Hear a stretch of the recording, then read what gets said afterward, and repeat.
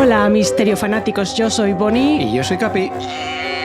Y la vaca. Y la vaca que hace mu. Hace mu la vaca. Y hoy hablamos sobre... el caso del asesino del torso, también conocido como el descuartizador de Cleveland o el carnicero loco de Kingsbury Run.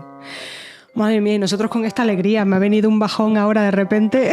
Nos espera un caso de los duros, de los gorditos, ¿eh? Vamos a reírnos, venga. Nos reímos. Madre mía, va a venir A ver, alguna pista ya has dado. Sí. Porque asesino del torso es raro, ¿no? Parece que va a aparecer algún torso por ahí. Bueno, de hecho, este tipo se hicieron cómics, películas, se han hecho un montón de cosas. ¿En serio? ¿En serio?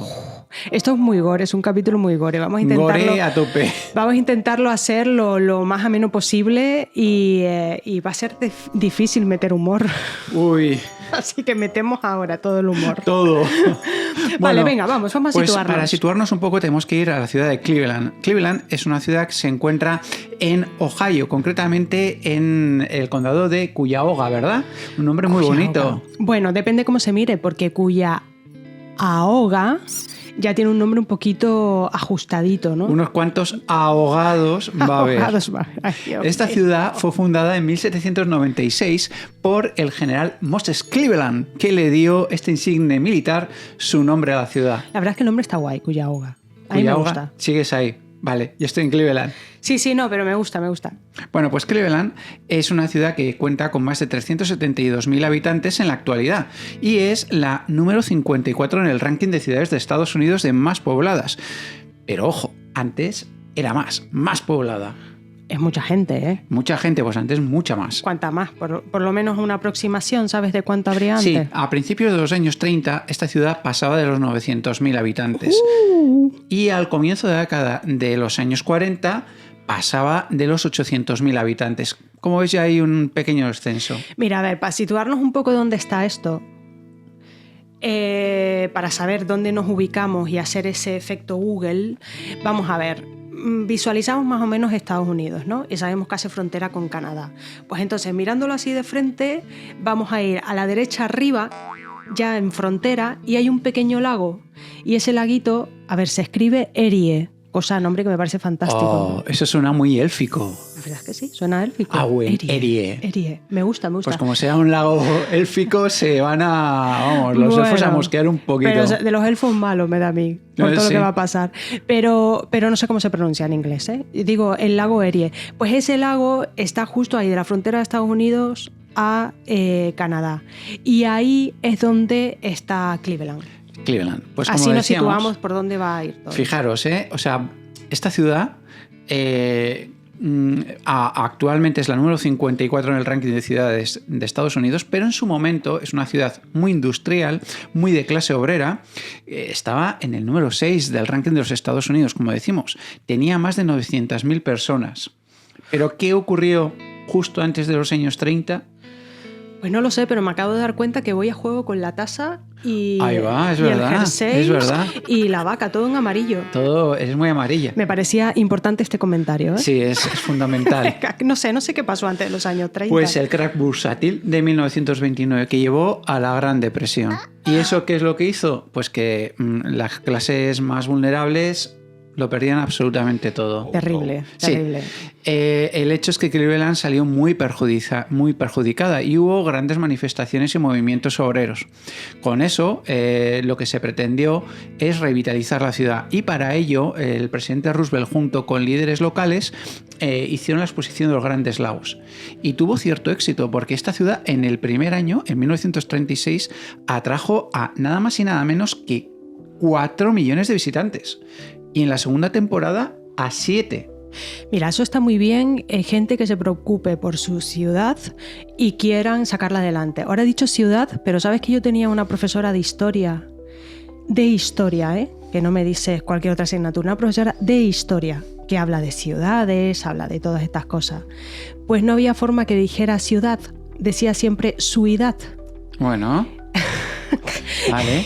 Era lo mejor. La verdad es que la profesora era maravillosa y era súper buena persona. Pero es que me llamaba la atención que digo, ¿cuánto habrá leído ella sobre ciudades? Y solamente decía ciudad. No y la lo sé. ciudad, y la ciudad.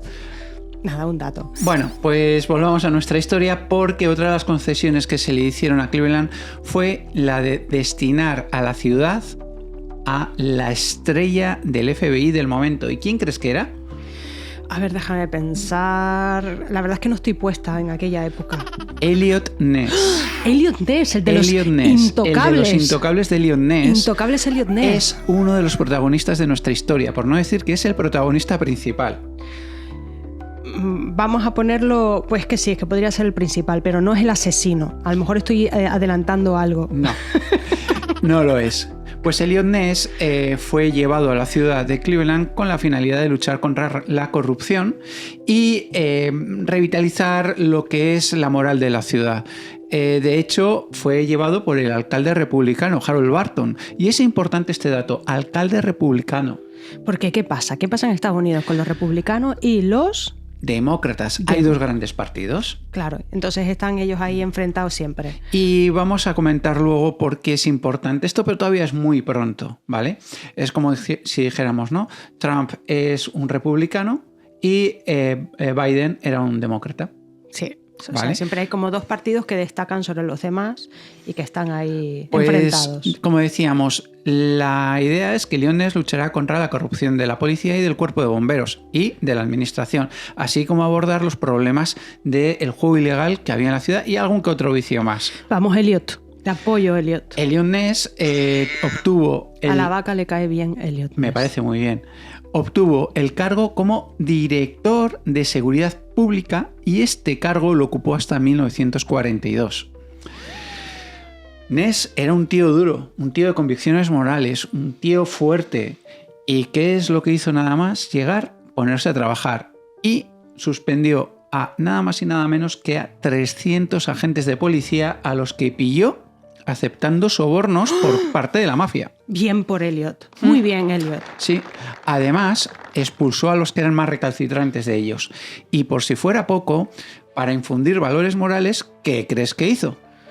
Pues es que no lo sé, es que me haces preguntas que no sé responder. Sí que lo sabes porque lo tienes ahí delante. Ya, pero Fundar bueno. la Academia de Policía de Cleveland con la intención de renovar el cuerpo de policía y que tuvieran un poco más de moralidad. Oye, qué maravilla. ¿No piensas que a lo mejor en el día de hoy haría falta una figura así como Elliot Ness para eliminar la corrupción? Yo creo que se sudaría. Necesitaríamos muchos Elliot Ness para luchar contra la corrupción institucional que tenemos, yo creo que en todos los países, no se libra ni uno. En todo el mundo. En todo el mundo. Creo que hasta los planetas extraterrestres también están teniendo ese problema. Uf, es que yo creo que algunos de nuestros dirigentes son extraterrestres. Ahí lo dejamos. Ahí lo dejamos. Bueno. Entonces tenemos la Academia Loca de Policías. No. No. La Academia de Cleveland de La Academia Policías. de Cleveland. Vale, pues fíjate una cosa. Como decimos, Elliot Ness era un agente del Tesoro especializado en la lucha contra organizaciones criminales y su función principal era esa. Lo que no sabía Elliot Ness, que tuvo que enfrentarse a algo terrible. Ay, Dios mío, no sé lo que es. Al que se le considera primer asesino en serie de la historia de los Estados Unidos. Ya se me va a acabar la risita. Algo para lo que no estaba preparado Elliot. Nada, yo estaba aquí como de cachondeo, pero creo que es más que nada por los nervios de lo que viene. O sea, cuando me pongo nerviosa me empiezo a reír. A ver, vamos a aclarar una cosita que me parece importante. Es el primer asesino en serie. Asesino. Te metes Asesino. con tu profesora de historia en el asesino. Me volvió el karma. No te Y me preocupes, luego parece voy yo. bien. Me parece muy bien. Mira, pues... Arranca, chica, vamos. Arranca la moto. ¡Hija! ¡Venga, vamos! Venga. Oye, ¿tú le has dado de comer? Sí, hombre. Ah, vale. Es que está pidiendo comida otra vez. Vale, pues hay que decir que el primer asesinato documentado en serie en Estados Unidos es el Sí. del asesino del torso. Pero anteriormente, a ver, voy a dar una pista. Vamos a ponernos en 1888. Uy. ¿Sabes qué pasa si repites muchas veces 8? Que te vas a Inglaterra. A lo mejor esta parte la censuran. Sí. Por decir cochinadas. Vale, pues 1888 me voy a Inglaterra. Vale. Sí. Y me voy. Quizás este no es el mejor humor para todo lo que va a pasar. Pero bueno, en Whitechapel, ¿vale?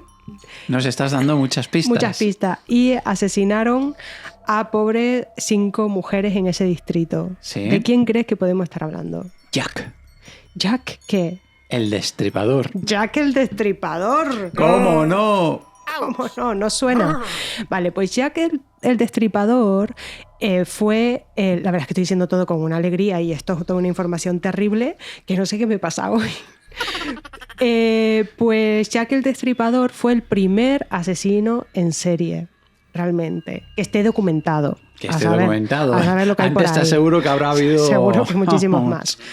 Ahora, el término de asesino en serie no es algo que se oiga en esta época, porque el término de asesino en serie no se puso ni en cuando estaba el Jack Destripador, ni en los 30 ahora con el asesino del torso, ni más adelante. Se puso en 1970. Pasaron años. Y unos cuantos asesinos en serie por Y unos delante. cuantos segurísimo. ¿Y quién hizo esto? Pues bueno, lo puso un agente del FBI que se llamaba Robert Ressler. Sí.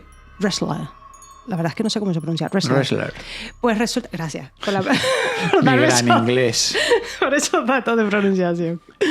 Pues este hombre trabajaba en la unidad de ciencias del comportamiento del FBI y fue el que utilizó este término para describir a esos individuos que cometen múltiples asesinatos con un patrón específico.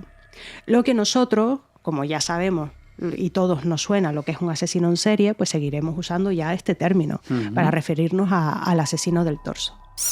Y bueno, hasta ahí. Pues fíjate una cosa, porque es importante mencionar un pequeño detalle. Si os habéis visto antes el inicio, veréis que hemos dicho 3 motes que tenía, ¿vale? Es que se es conocido como el asesino o el descuartizador de Cleveland. El asesino del torso lo bautizó la prensa por que iba dejando torsos por la vida. Ay, Dios mío, qué desastre. Y luego también la prensa lo bautizó como el carnicero loco de Kingsbury Run. Bien, ¿qué es Kingsbury Run? Kingsbury Run es, vamos a decir, lo que hoy sería como una barriada. En aquel momento era un poblado que estaba al suroeste de Cleveland y que empezó a crecer muchísimo esta localidad porque, como decimos, estaba cerca de las vías del tren, estaba en la Gran Depresión, la gente no tenía trabajo y se movía a través del ferrocarril intentando buscarse la vida.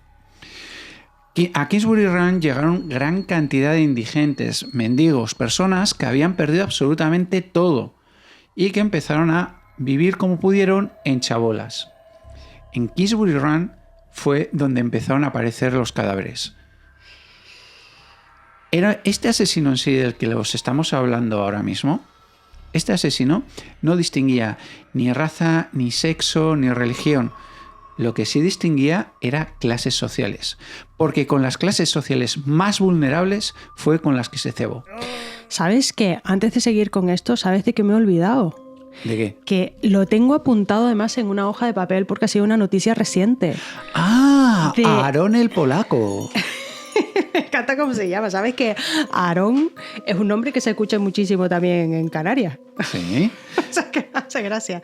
Lo tengo apuntado en una hoja de papel porque esto es una noticia reciente. Hay evidencias recientes de algo, cuéntanos. Pues mira, voy a echar un momentito así marcha atrás, que lo tendría que haber dicho antes. Mira, respecto a Jack el Destripador, es simplemente un paréntesis y vamos a seguir con el asesino del torso. Pero es que es importante porque Jack el Destripador es muy importante. Nunca se ha sabido quién es este asesino. Nunca. Y si queréis que hagamos un episodio exclusivo sobre Jack el Destripador, aunque lo mencionamos brevemente con nuestro amigo el chino asesino, sí. Que no es amigo nuestro. No, para nada, no lo queremos ni conocer. Ahora ya imposible porque está muerto, pero dejarnos en las redes sociales un comentario y lo haremos. Que quiero que hagamos el de Jack Destripador, ¿vale? Mi comentario. Vale, pero prefiero que lo digan ellos. Vale.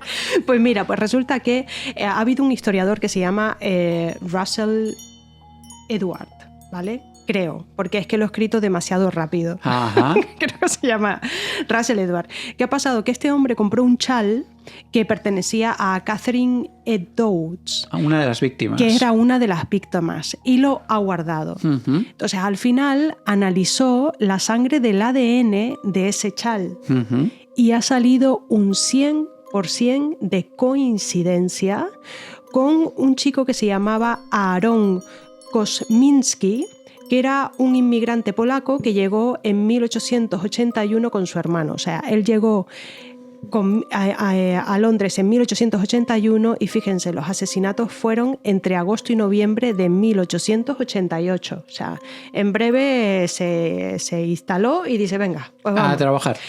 Y este chico tenía esquizofrenia, mostraba un odio tremendo a las mujeres y tenía que era un misógeno. tendencias homicidas. Ajá. O sea, esto es una noticia que ha salido ahora. Pero Sí, hace unas semanas. todavía queda la confirmación legal. Ujú. Un dato Vale. más. Este chico resulta que era barbero. Eso ya no llego a tanto. Hasta aquí Cirujano llega. barbero.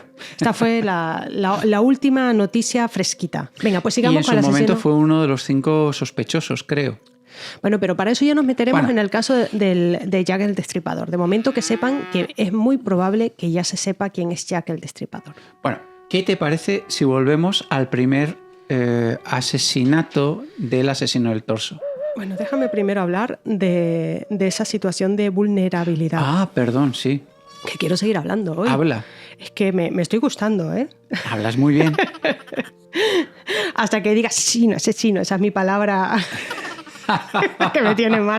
Asesino. Vale, pues vamos a ver, hemos dicho que este hombre se va a centrar en toda esta gente vagabundo, en las personas sin hogar. ¿Y por qué? ¿Por qué? Vamos a ver. Vamos a pensar un poquillo. Al final... Pensar es muy difícil. Lo sé, pero bueno, Pensa, tranquilo. Ya hombre, pensamos nosotros, hombre, no te deja de preocupes, pensar Capi, tanto. Capi. Sí, te da la razón, no pienses, Capi. Vale, pues resulta que estas personas pues están en unas condiciones muy precarias viviendo, por lo tanto normalmente no tienen ninguna protección social o legal. Estamos hablando en aquella época. Ahora, gracias a Dios, las cosas van cambiando, ¿no? Pero pues era difícil que las denunciaran como personas desaparecidas, ya que normalmente pues eran gente que vivía de forma independiente o sobrevivían como podían de forma independiente y no tenían lazos familiares o contactos así regulares, sí. O a lo mejor su familia estaba muchísimo más lejos y estas cosas, ¿no? Por lo tanto, al final son presas fáciles para un asesino y por lo tanto va a tener menos riesgo de que lo encuentren. Uh-huh. ¿Qué pasa? También hay que tener en cuenta que todo esto en la época era un desprecio social. A la gente no le importaba lo que le pasaban a los vagabundos, lo que le pasaba a la gente sin techo. Por lo tanto, que falleciera una persona de este estatus social, pues no se le daba mucha importancia y la policía pues tampoco mostraba muchísimo interés sobre estos crímenes. Uh-huh. Otra de las cosas por las que puede haber accedido a esto es que al final también es un fácil acceso a estas víctimas. Sí. No tienes que entrar en una casa, no, es fácil acceso, te los puedes encontrar en cualquier lado y además en unas condiciones muy lamentables. A lo mejor también que hubiese algún factor psicológico que dices, bueno, es como doble poder, ¿no? Decir, bueno, yo puedo dominar a estas personas porque son personas muy débiles, muy vulnerables, y eso todavía le hace que le refuerce más su sentido de poder, de control y de dominio absoluto sobre estas víctimas, ¿no? Y después, que ahora nombraremos rápidamente, tú has nombrado lo del torso, solamente vamos a ver torsos. Así que, en este asesino veremos que tiene apetencia por ver torsos. Así que ya veremos, bueno, ya hablaremos después porque a lo mejor dejaba solamente los torsos. Vale, vamos bien. a seguir. Venga, vamos a empezar con el primer caso. Pues empecemos con la primera víctima que aunque luego fue excluida de la investigación como víctima del asesino del torso, cosa que no entendemos para nada. Y la vaca tampoco. Tampoco, porque dice que ya conoce el caso y que tampoco lo entiende. Fue el hecho que había demasiadas coincidencias y apareció concretamente en septiembre de 1934, a las orillas de ese maravilloso lago élfico llamado Erie. En ese lago apareció el torso de una mujer de unos 30 años flotando. El torso de una mujer hasta las rodillas. Una mujer que la prensa bautizó como la señora del lago o la mujer del lago. Y también la policía la etiquetó como desconocida número 1. Había algo curioso, y es que su cuerpo tenía su piel tenía un aspecto rojizo y duro. Luego se supo que la pobre mujer llevaba varios meses muerta, ¿vale? Y no se entendía muy bien por qué no había ni tan siquiera una sola gota de sangre en la zona. No encontraron su cabeza, no encontraron sus extremidades superiores. La prensa se volvió loca con el caso en un primer momento. Pero ¿qué ocurrió? Que el cuerpo no fue solicitado por nadie y no fue identificada. Y se dio carpetazo rápidamente. Vamos a ver, aquí yo me estaba agachando porque ¿sabes qué hice? Había apuntado en el folio lo del Jack Destripador, pero también tengo apuntado en el folio todos los casos en orden y lo tiré al suelo. Entonces he intentado de forma disimulada irme agachando para recoger todos los casos. Déjame que te cuente una cosa más, porque no había acabado. Perdona. Los investigadores descubrieron que el aspecto tan rugoso, duro y extraño que tenía el cuerpo de esa mujer, o mejor dicho, el torso y su piel, era un compuesto a base de cloruro de calcio. Oye, está bien que nombres lo de cloruro de calcio porque... ¿Cómo te has activado de repente? Tengo un comentario al respecto. ¡No! Es que de repente me he vuelto súper lista. Vamos a ver, ¿para qué utiliza el cloruro de calcio? Vamos a volver a química. Mira, resulta que el cloruro de calcio... Ya se me van sumando palabras difíciles de pronunciar. La voy liando cada vez más. Miren, pues tiene dos propiedades. Una es la higroscopicidad. Toma con el palabra. No me pidas decirlo rápido. Pues yo te iba a pedir que lo hicieras 3 veces y con un polvorón en la boca. A ver si eres capaz. Sería imposible. Higroscopicidad. Higroscopicidad. Tómalo, ¿eh? He intentado pronunciar una C ahí por medio. Tiene esa propiedad y después una preservación temporal debido a eso. Vamos a ver, ¿qué es esto? Bueno, pues simplemente lo que tiene es que tiene una capacidad de absorber la humedad del ambiente y por lo tanto la humedad del cadáver. ¿Qué pasa si le quitamos la humedad que hay en la piel del cadáver? Que no hay bichitos y no hay descomposición. Pues efectivamente lo que hace es que reduce todo el crecimiento de los microorganismos, pues como las bacterias y hongos que hacen que se vaya descomponiendo. Por eso se va quedando como ese efecto acartonado. Y por lo tanto, al crear esa especie de caparazón seco, evita que se descomponga. Vale. Pero la parte de dentro no afecta, solo afecta la parte de fuera. Lo que pasa es que la parte de dentro se va a descomponer un poquito pues, más lento, ¿no? Porque... Esto me recuerda aquello de... Recuerda, duro por fuera, tierno por dentro. ¿Eso de qué es? Un anuncio de la tele, pero bueno... ¿Y de qué era? No me acuerdo, de algún bollo o algo así. No lo sé. Bueno, si alguien sabe de qué trata ese anuncio, aún así lo buscaré y si lo encuentro lo meto en la cajita de información. Bueno. ¿Estás seguro que era un bollo? No. Vale, ¿estás seguro que era real? Sí. Sí, vale. Eso, mi imaginación no llega para tanto. Pues resulta que ¿dónde encontramos estas cositas de cloruro de calcio? Oye, pues muchas veces los productos que tenemos en casa, estos productos domésticos que te dicen, pones este cacharrito con una bolsita dentro y te coge la humedad. Hay muchos que tienen este producto. Y... por lo tanto, que es algo diario, o sea, que podemos encontrar en nuestro día a día, no es algo tan raro. ¿Qué pasa? Pues como habíamos dicho, estoy diciendo mucho, sí. Porque estoy intentando pensar al mismo tiempo, no puedo hablar y pensar. Me estás copiando la coletilla. Sí, pues tengo que cambiarla. Pues, ¿para qué? Creo que me tengo que dedicar a otra cosa. O sea, no, no. Pues la disponibilidad... ¿En serio? ¿En serio? ¡Qué desastre!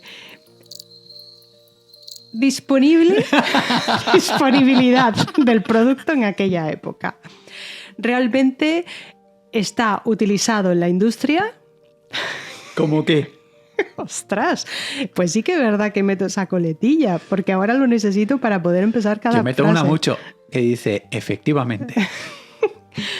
Pues se utilizaba muchísimo en la industria, pues para descongelación de carreteras, como desecante industrial. Por lo tanto, no es tan difícil encontrar el producto.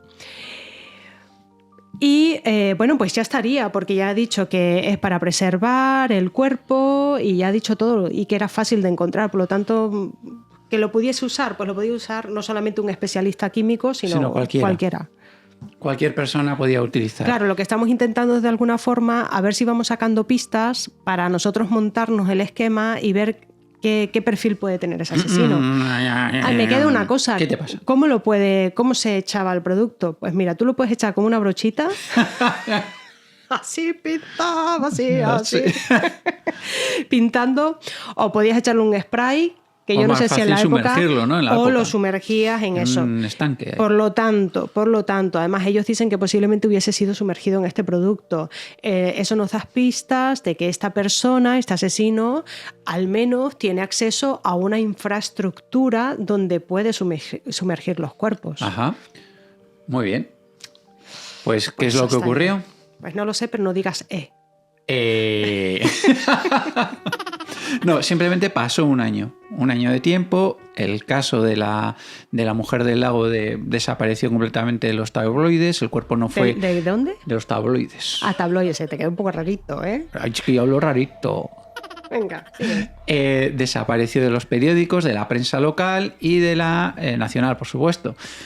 ¿Y qué es lo que ocurrió? No lo sé.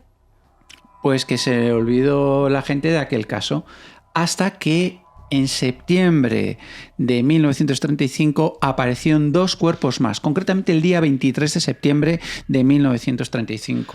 Ay, mi madre, si es que esto no va a parar, ¿verdad? Sí, no va a parar. Madre. Acabamos de empezar. Madre mía. Aquel fatídico día del 23 de septiembre de 1935, en Jackass Hill, en Kingsbury Run también, 2 niñas... Desde que nos hemos dicho, ¡Me has pillado la coletilla! Desde que hemos dicho, Oh, vamos Dios a estar mío. todo el capítulo diciendo Tenemos que quitarnos ese. Los caballeros de la Bueno.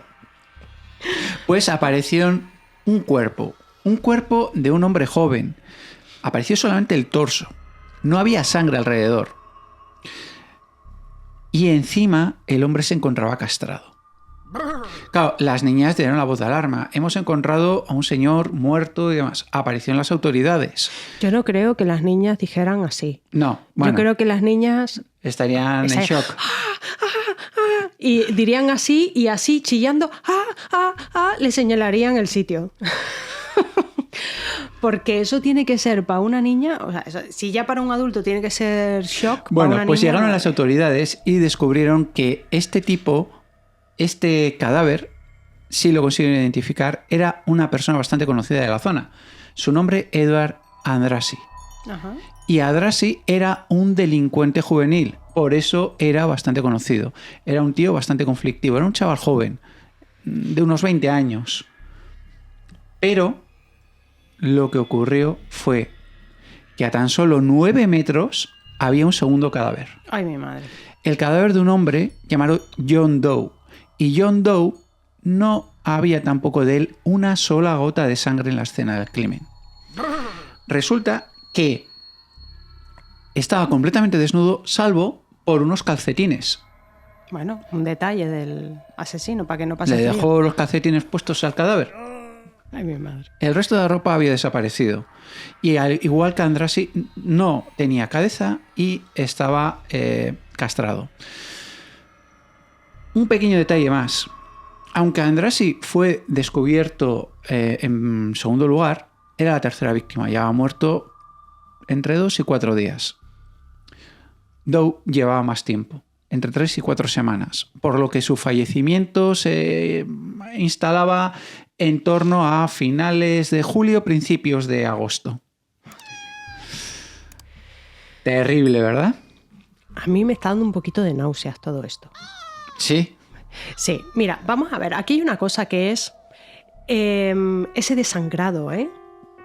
O sea, los cadáveres no tienen sangre cuando los encuentran, entonces, pues por lógica, el asesino los ha tenido que ir desangrando. ¿Qué ha pasado? Que esto está indicando que posiblemente el asesino dispone de unas instalaciones donde desangra a estos cadáveres y después ya los transporta. Por lo tanto, nos está dando pistas de ese modus operandi. Modus operandi. Ya vemos que les mete cloruro de calcio para esa ralentización de la putrefacción y después y los desangra. ¿Por qué los desangra? Miren, el desangrado, vamos a ver, puede ser por varias cosas. Primero, podría simbolizar, vamos a ir lanzando ideas, y nos encantaría si dejáis en los comentarios también las vuestras o opináis sobre todo esto. ¿Podría simbolizar también el control absoluto sobre la vida de la víctima? Podría ser. Al final, la sangre simboliza la vida. De hecho, yo te voy a decir que viendo este caso, el asesino era un asesino de poder control, para mí. Tiene que toda no tengo la pinta. ni idea. Sí, pero... tiene toda la pinta. Él está quitando cualquier vestigio de vida que quede. Por lo tanto, se está asegurando que no quede nada. También podría ser, y esto que suena un poco ridículo, pero también podría ser que sea un asesino de limpieza y perfeccionismo al máximo. Que digas, oye, lo que quieres es tener todo en orden y lo que quieres es evitar que se descompongan rápidamente los cadáveres porque a lo mejor le es desagradable manipular el cadáver. Oye, ¿qué pa' locos? Puede haber cualquier cosa. El mundo está lleno. El mundo está lleno. Puede ser a lo mejor también una motivación ritual. Oye, pues también a lo mejor eso de quitarles la sangre, pues para esa persona simboliza algo. Y además que vemos que también que les quita la cabeza. O sea que...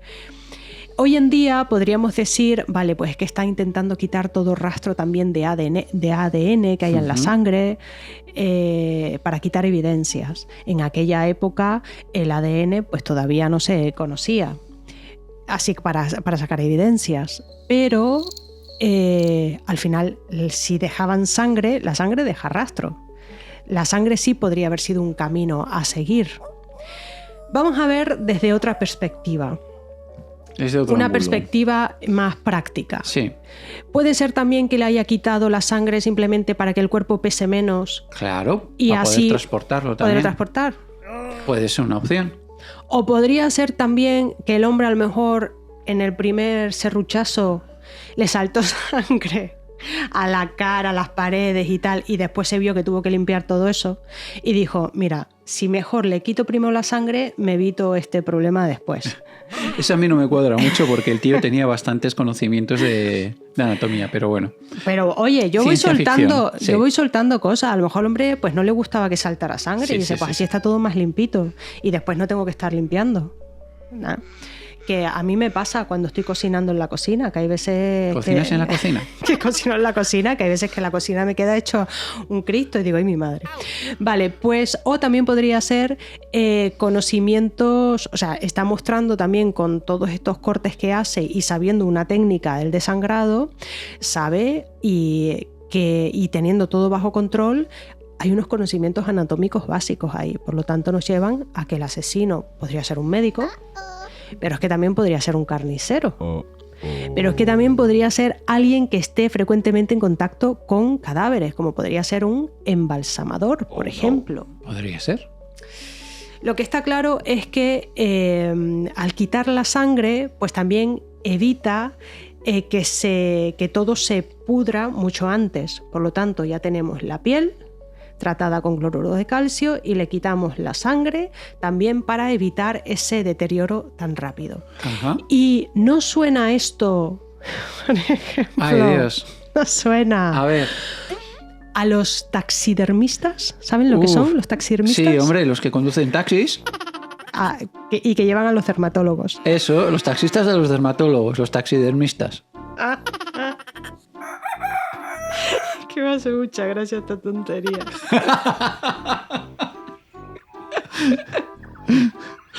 Taxidermistas. Vale, pues... Tienen un mercado pequeño, ¿eh? Hay mucho dermatólogo por ahí suelto. ¿Tú paras un taxi? ¡Taxi! No, soy taxidermista. Solo llevo dermatólogos.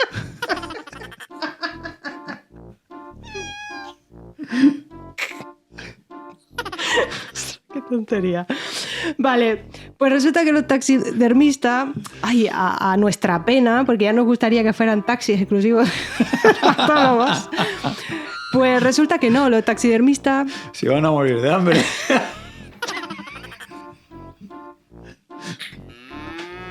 Ahora, eso sí, esos taxistas, ¿cómo se les reconoce? Pues tienen una piel impresionante.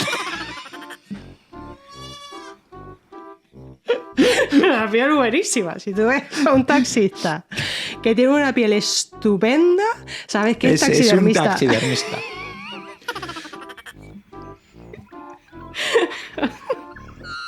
Ostras, qué tontería más grande. Así es que decimos, vamos a intentar hacer los episodios de 1 hora. Imposible. Imposible. Bueno, ¿qué es un taxidermista? Ay, por Dios. Es que ahora creo que no quiero decirlo, porque quiero que la gente se quede con esa mentalidad. Pues todo el mundo sabe lo que es. No, a ver, no todo el mundo. Antiguamente, pues, había mucha gente que como hobby tenía coger animales para disecarlos. Yo espero que fuesen animales que ya estaban muertos. Aún así, no sé si esto es un tipo de arte, se considera arte, no lo sé. No me gusta. No mola, no. No me gusta nada. O sea, lo que hacían era cogían al animalito y lo desangraban, cosa que coincide con el del asesino del torso.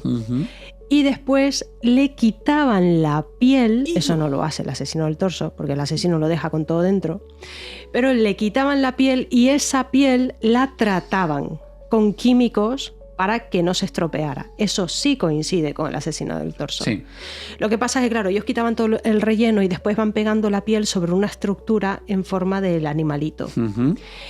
Y eso es la taxidermia. Realmente, en el Diccionario Real de la Lengua Académica Española... El que tú y yo usamos, ¿no?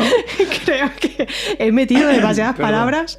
O sea, la Real Academia Española. De la lengua. De la lengua. Joder. El Diccionario de la Lengua Española de la Real Academia...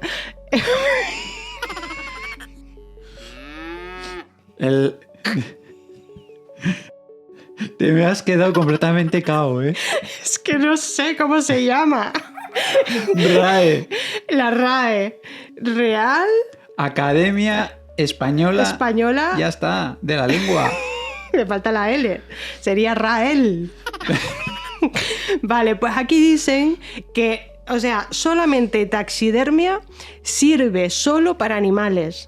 No se aplica a humanos. Yo lo entiendo que la definición esté así, porque imagino que no es normal, ahí suelen coger las palabras que se utilizan mucho y no creo que la gente utilice taxidermia para cadáveres. No, entonces no se utiliza para cadáveres. Pero no sé si os vendrá a la mente una exposición que, bueno, hubo y yo creo que a lo mejor sigue. Hay una exposición que se llamaba Body Worlds, que son los cuerpos del mundo. Sí. En la que se ven que hay cuerpos humanos reales, que ha sido muy polémica esta exposición, cuerpos humanos reales que no tienen la piel y que se le ven todos los músculos y en distintas posiciones. Plastificados, sí. Chico, qué gracia le has quitado. ¿No? Plastificados. Sí, es el plastificado, pero tienes una palabra. Yo que quería llegar ahí con intriga. Uy. Bueno, pues esta exposición no es taxidermia. No es taxidermia. Lo que ha hecho este hombre, que era médico y es un científico... No, médico no, es un artista y científico alemán que se llama Gunther von Hagens. Y también le gustan los helados. ¿Por qué? Porque Hagen Dance.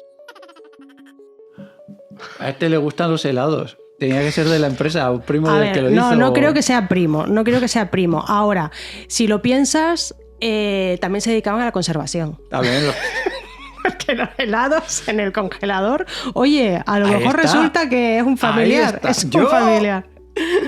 Pero este hombre lo que hace es que reemplaza todos los fluidos corporales y todas las grasas por polímero, es decir, plastifica, como bien has dicho. Y a esta técnica se le llama plastinación. Toma. Que yo pensé que plastinación es cuando hacías algo con plastilina y te había quedado súper bien. Mola. Que dice, ¡guau! He hecho una plastinación. Pues no. No. Vale, pues sigamos. Vamos Yo he a visto otra vez. plastinaciones tuyas. Sí, ¿verdad? Sí, molan. Las Están haces guay. muy bien. Está muy guay. Bueno, Sí, juego con plastilina. ¿qué te parece si recapitulamos? Vale, vamos para allá. Pues hasta el Recapitula. momento llevamos 3 cadáveres. El primero, una mujer de unos 30 años, cuyo nombre nunca se supo y cuya cabeza y brazos nunca se recuperaron.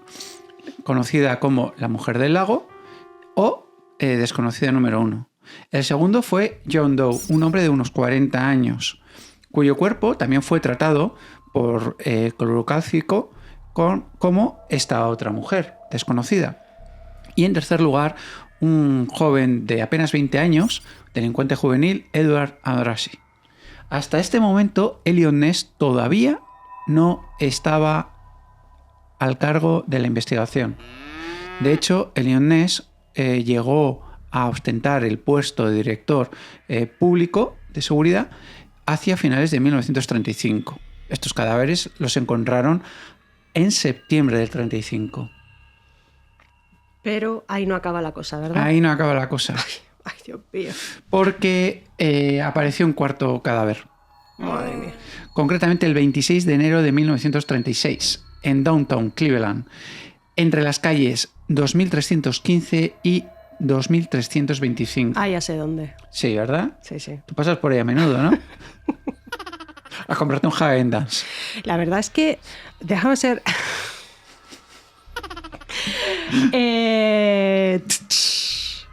La verdad es que me gusta lo de la numeración de las calles, me parece súper efectivo para encontrar una calle, porque es bonito que tengan un nombre porque se le ha dedicado, porque esta persona, porque tal, se merecía una calle, pero es súper difícil encontrar las calles con los nombres y con los números. Dice, estoy en la 2000 y tengo que llegar a la 2300, pues ya sabes hacia dónde tienes que tirar. Oye. ¿No te parece lógico? Sí, tiene lógica. Es un poco aburrido, eso sí, pero está bien.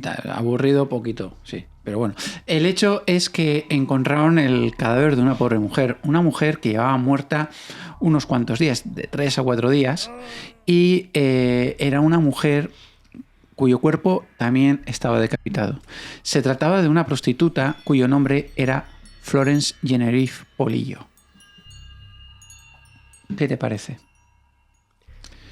Terrible. Esta pobre mujer sí encontraron en esta ocasión algo. Encontraron una huella de calzado. También encontraron unas plumas de pollo. Tranquilo. No. Es todo... Son plumas. Son plumas. A ti se te caen plumas de vez en cuando. Y Pobre gallo. restos de carbón. También esta mujer se encontraba en unos sacos. ¿Vale? Y esto es interesante porque más adelante veremos cómo no es el único cadáver que aparece en sacos. A ver, vamos a ponernos en plan investigativo. Investigator. ¿Qué pistas tenemos? Aquí. Pues no muy buenas. Ahora, de repente, ¿qué está pasando? ¿Está cambiando el modus operandi? A ver, de repente aparece primero una huella en la nieve. ¿Qué significa esto? Pues que algo ha pasado recientemente por ahí. Puede ser alguien que no viese las bolsas. Yo te diría que hoy en día iría mirando el móvil. Y eso pasa mucho. Alguien pues que iba a su rollo y no vio. Puede ser que fuese un engaño, que el asesino fue con unos zapatos pisando para confundir. O puede ser que el asesino pisara con sus zapatos. Pero ¿por qué es tan importante una huella? Dice, una huella. ¿Para qué quieres una huella? Oye, pues es que una huella da mogollón de pistas. Mira, de una huella se saca el tamaño, fácil, ¿no? Pero es que se puede sacar hasta el tipo de calzado, por lo tanto puede apuntar incluso al sexo. Si era de una clase social... Joder, me ha costado también social. Las S hoy tengo problemas, ¿eh? Sí. Hay una clase social... Las S. Tengo problemas con todo. Estamos a tope. ¡Vamos! Una clase social o profesión determinada. Entonces, las huellas son importantes y hoy en día también siguen siéndolo. Sí que es verdad que hoy en día, como tanta gente va con deportivas, con tenis, con calzado deportivo, pues al final es difícil distinguir entre sexos. Entre sexos, pero bueno. Fíjense toda la información que puede dar. ¿Qué pasó? ¿Fue un error del asesino? Que a lo mejor salió con prisas y no se dio cuenta de que había pisado. Pudo ser simplemente una huella de alguien que pasa por ahí y no vio las bolsas con el cadáver. Las plumas de pollo. Uy. No pasa nada con las plumas. No pasa nada con las plumas. Tranquiliza al pollo, por favor. Vale, y luego lo tranquilizo. Pues las pollos... Las pollos... ¿En qué estabas pensando, Bonnie? Cambiemos de tema. Vale, pues puede indicar que esa persona, pues a lo mejor simplemente fue a hacer la compra antes para conseguir las bolsas. Mira cómo cambias de tema cuando quieres, ¿eh? Te pones seria y todo. Ay, tonto. Pues... Que la vaca dice que quiere saber en qué yo estaba pensando. Ay... En las plumas del pollo que habían encontrado, ¿qué va a pensar? Pues habría pasado, a lo mejor, puede ser o que trabajara o hubiese pasado por un mercado, que trabajara en un criadero, podría ser, o que pasara por allí, o en una cocina industrial. Por lo tanto, de esas plumas de repente que aparecen, se pueden sacar, o que vivía cerca de una zona donde estuviesen creando pollos. Por supuesto que también puede ser un despiste. O que lo haya puesto de forma para despistar a los policías, agentes, a los agentes, ¿no? Los perseguidores. Y estarían locos diciendo una huella, unas plumas y carbón. Y el malo, los tengo confundidos. Pues podría ser. Que haya gente que a lo mejor que lo utilice como tipo simbólico. Pues a lo mejor, pero en este caso, como acaba de aparecer, es una cosa nueva, pues tendremos que ver si se siguen apareciendo estos elementos en los siguientes cadáveres. Y aparecen restos de carbón. Uh-huh. A ver, en aquella época, una zona industrial donde todo el mundo se mueve a través del tren, era bastante habitual encontrar restos de carbón. Aún así los tienen en cuenta porque dice, bueno, podría trabajar o haberse pasado por una planta de carbón, o habría ido al tren de mercancías, o estuvo cerca de una caldera. Son pistas, pero eso era algo bastante frecuente. Por lo tanto, no sabemos si son pistas que han quedado por despiste del asesino, si está intentando confundirnos. Lo que sí sabemos es una cosa, y es que aquel cadáver fue un antes y un después para la vida y la carrera profesional de Eliot Ness. Uh-huh. Claro, ya resulta que la dama del lago hacía mucho tiempo que había pasado, pero en muy poco tiempo había 3 cadáveres. 3 cadáveres más, total 4. Y hubo una alarma popular bastante importante. Así que se le presionó mucho a Eliot Ness para que aceptara el caso y lo llevara a él. Lo que no estaban teniendo en cuenta las personas que presionaron a Eliot Ness es que Eliot Ness, y no me voy a cansar de decirlo, era un agente del tesoro, alguien que lucha contra la corrupción, no que persigue a criminales y asesinos. Otra de las cosas que podemos hablar ahora es por qué el asesino empieza a... Simplemente van apareciendo partes del cuerpo. Vamos a reflexionar todos juntos. Y como siempre digo, dejen en comentarios las reflexiones y reflexionen con nosotros, que a lo mejor sacan ideas que no se nos ¿Y si no quieren reflexionar, qué? Pues también, están en su derecho. Pon un comentario, yo no reflexiono. Me parece perfecto. A ver, pueden haberse quedado con estas partes como trofeos. Sí. Hay mucho asesino que se queda como un recuerdo o para poder revivir más tarde otra vez ese crimen, ¿no? Revivirlo continuamente y tener otra vez esa sensación de satisfacción, de poder y de control. Uh-huh. También podría haberlo hecho para dificultar encontrar quién es la persona, porque al final ha quitado rostro y ha quitado manos y para impedir huellas, ¿no? Y todavía saber quién es. Dominarlos más. También, exacto. Quitarles la propia identidad. Pues mira, esa también. Y después todo esto sí que nos... o también podría ser que no se hubiesen encontrado, porque hay que ver que a veces encontraban una parte, después encontraban otra parte y a lo mejor en la búsqueda no se encontraron todos los trozos. Podría ser. O también podría ser que al final esos trozos llevaran días por ahí y que los animales se los fuesen llevando. Por lo tanto, desde luego sí que vemos que tal y como está cortando y tal como está presentando todos estos trozos de cuerpo, desde luego que el asesino tiene conocimientos básicos anatómicos y tiene esos conocimientos básicos de desangrado, de curación, de tal. Nos está llevando un perfil de alguien un poquito más complejo, ¿no? No de cualquiera. Pues el hecho es que Eliot Ness, ya como jefe de investigación, cometió graves errores que luego os vamos a ir comentando, pero se lo tomó muy muy en serio y empezó a hacer seguimientos de médicos, carniceros, cazadores, doctores. Cualquier persona que llevara una navaja era sospechoso, que llevara algún bulto extraño era sospechoso. Empezó a hacer una gran investigación y a coger gran cantidad de huellas dactilares de todas las personas. La prensa, abro comillas, llegó a publicar: de todos los terribles pesadillas que se han convertido en realidad, las más escalofriantes es las del demonio que decapita a sus víctimas en los oscuros y húmedos escondrijos de Kingsbury Run. El demonio que decapita a víctimas, ¿eh? Sí. Me parece una buena definición. La prensa llegó a acosar a Eliot Ness tanto profesional como personalmente. Le exigía avances continuos en la investigación. El agente especial creó un grupo de 20 policías para llevar exclusivamente la investigación.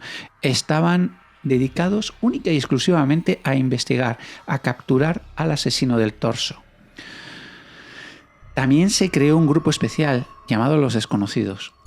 Los Desconocidos eran una serie de agentes, todos de confianza de Ness, que no eran muy conocidos en las calles de la ciudad de Cleveland, por eso se llamaba Los Desconocidos.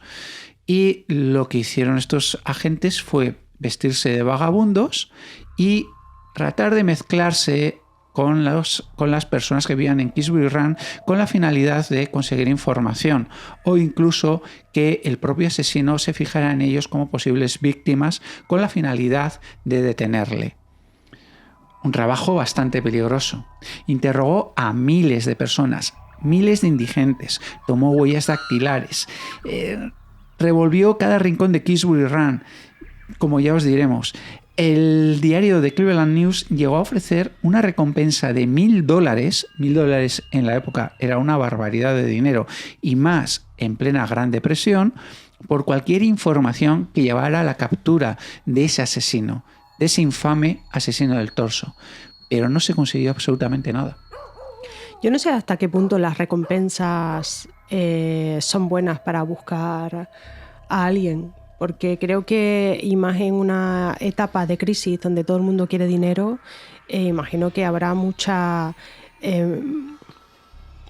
información falsa con tal de conseguir esa recompensa, ¿no?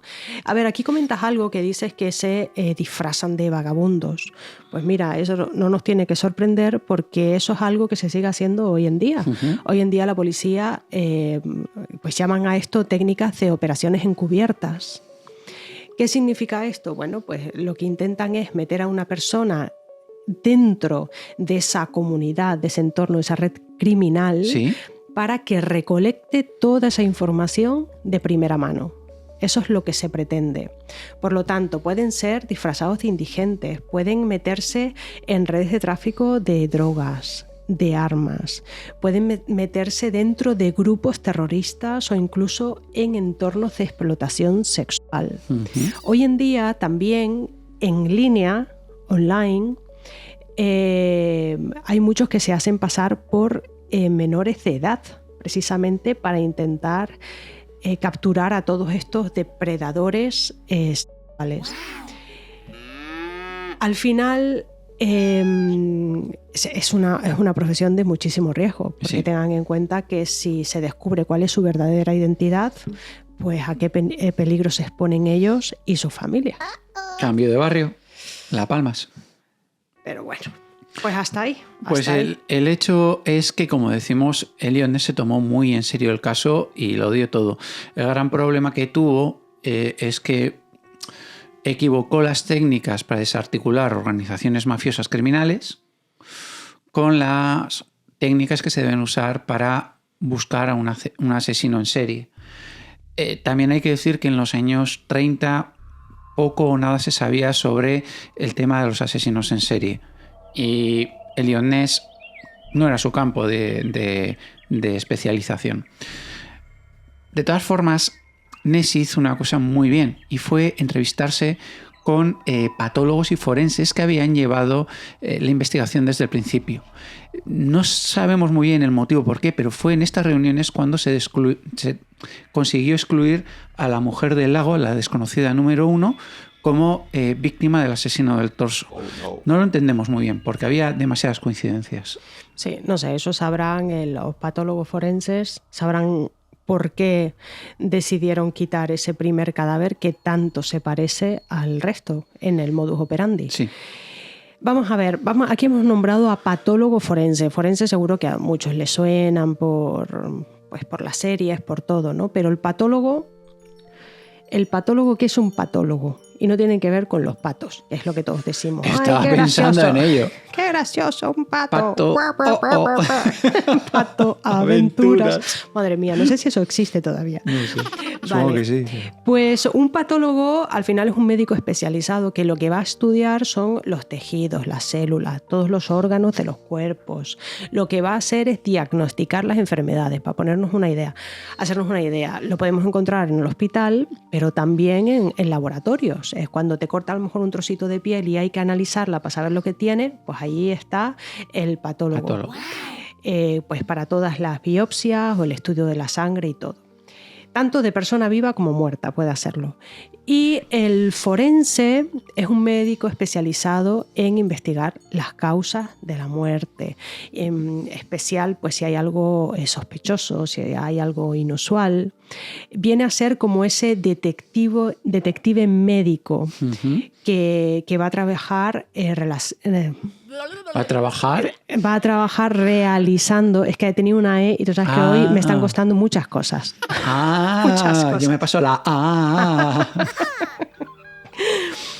Y ¿cómo se llama? La de los Monty Python, los caballeros de la mesa cuadrada. Mi. Ah, vale. Caballeros de mi, pues está el caballero de la E, el caballero de la A. Ya lo pondré porque hay que ver. Monty Python es algo que hay que ver. Pues bueno, pues este es el forense, ¿no? Vendría a ser como el detective médico, pero sí que es muy usual ver a un patólogo forense como experto. Es decir, tiene estas dos especialidades que yo creo que sería la combinación perfecta. O sea, es el hombre perfecto o mujer perfecta. En cuanto a patólogo forense, sí, pero andando a lo mejor por la calle y apartaros, soy patólogo forense.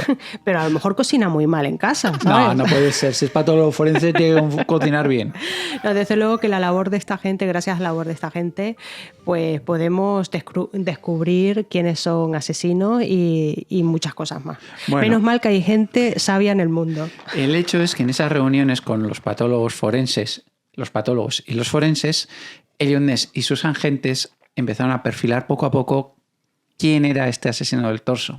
Y empezaron a darse cuenta de que se trataba de un hombre de gran corpulencia física, ya que era capaz de eliminar a hombres y mujeres por igual, sin demasiado esfuerzo por lo que se veía, pero además era capaz de trasladar los cadáveres de un lugar a otro. Por si fuera poco, debía de tener conocimientos al menos en anatomía. Como decíamos, un carnicero, un médico, un cazador, porque decapitaba y desmembraba sus cuerpos de una forma perfecta, milimétrica. Además, se pensaba que podía hacerlo en una clínica o tal vez en un matadero. Pero también podría ser alguien que tuviera una casa bastante grande, alejada de vecinos curiosos y cotillas. Desde luego que está claro que hay una infraestructura donde poder trabajar montada con todo esto, curarlos y todo. Claro. Entonces, esto nos lleva a la siguiente... Curarles la piel, me refiero, no curarlos. Ya te he entendido. Bueno, si era un médico, probablemente curaría a unos para eliminar a otros. ¿Vale? Pero bueno, no nos queremos adelantar demasiado. Hay un dato también muy curioso, y es que los cadáveres los dejaba en lugares cercanos a la comisaría de policía, por lo que se estaba jugando que le cogieran el ser descubierto. Daba la sensación como si se estaría burlando de la policía. Sí, los está retando también, ¿no? Está no solamente burlando, sino, hey, mira, un reto. Al final es un pulso. Está haciendo un pulso con la policía y diciendo, yo soy más listo que vosotros. Sí. Que os dejo el cadáver aquí delante de vuestras narices y no sabéis quién soy. Y aprovechando el podcast, quiero mandar un saludo a una persona especial. A mi vecino José, que es un tío genial. Hola, José. ¡Ostras, José! Hola, José. No te hemos saludado en un par de podcasts. Pero, tío, sabes que te llevamos aquí, en el corazón. Vale, sigamos. Bueno, apareció un quinto cadáver, ¿vale? Un quinto fallecido, concretamente el 5 de junio de 1936. Pero este quinto cadáver luego se descubrió que realmente era el sexto en orden de defunción. Y es que vamos a encontrar mucho esto, ¿vale? Un tercero que es realmente un cuarto. Al final lo que está pasando, como este hombre le va echando productos y los va guardando meses y después los va sacando en el orden que él les da la gana, pues al final los patólogos forenses se han dado cuenta que el orden de aparición no es el orden de muerte. Yeah. Así que por eso vamos a ir diciendo tal en orden de aparición, pero tal en orden de fallecimiento. Y volvió a aparecer en Kingsbury Run, concretamente en la orilla del río Cuyahoga. Dos niños casi adolescentes, de 12, 16 años, el mayor, fueron a pescar y encontraron a este hombre que llevaba aproximadamente 2 días muerto. Este hombre era un hombre de unos 20 años que tenía diversos tatuajes.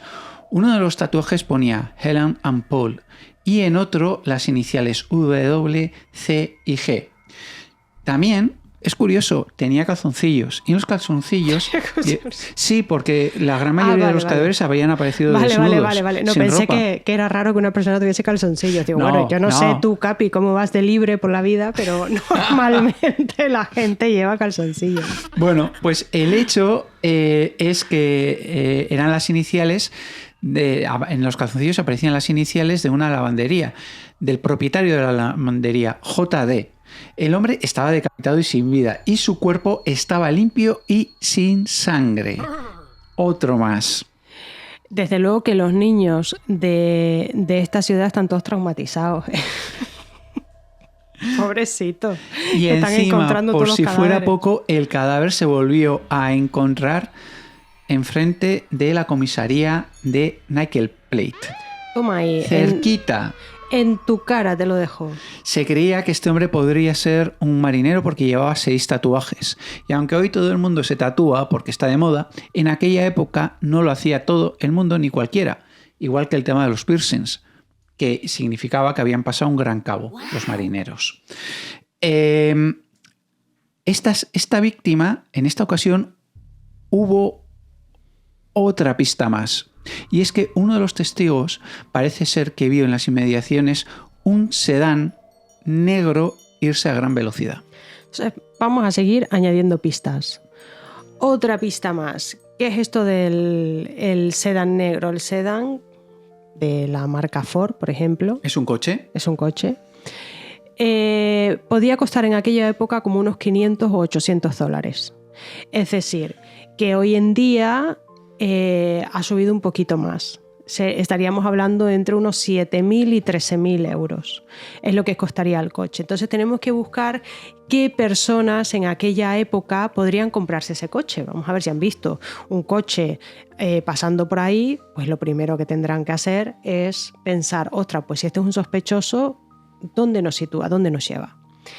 Vale, pues podría comprarlo una persona de clase media alta, un profesional como podría ser doctores, abogados, empresarios pequeños, gerentes de empresa, podrían tenerlo. También podrían ser a lo mejor un coche de empresa, eso también podría ser.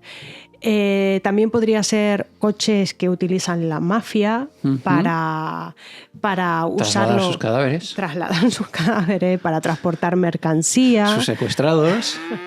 Y en todo caso también podría ser pues de una clase trabajadora que estuviese muy acomodada. En este caso, pues algún trabajador que esté muy bien pagado o alguien que hubiese conseguido ahorrar, pero se deja ahí como última opción porque es más complicado.